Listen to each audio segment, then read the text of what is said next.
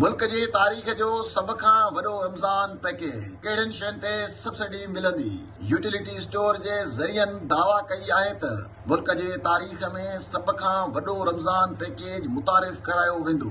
गुज़िरियल साल यूटिलिटी स्टोरनि ते 5 अरब रुपयनि जो रमज़ान पैकेज ॾिनो वियो हो।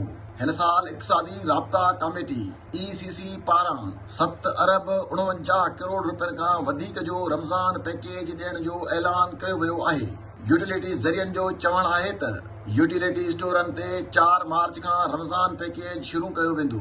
रमज़ान रिलीफ पैकेज रमज़ान जे आख़िरी रोज़े ताईं जारी रहंदो। रमज़ान पैकेज में आम वापे जे 19 बुनियादी शयुनि ते सब्सिडी ॾिनी वेंदी, जंहिं में अटो, गिहु, चांवर, खाजरो तेल, दाल, खारकूं, खीर, बेसण, शरबत ऐं खाधे जे मसालनि ते सब्सिडी ॾिनी वेंदी। बेनज़ीर इनकम सपोर्ट प्रोग्राम तहत वज़ीफ़ो वठंदड़ मुस्तहिकनि खे बि टारगेटेड सब्सिडी ॾिनी वेंदी।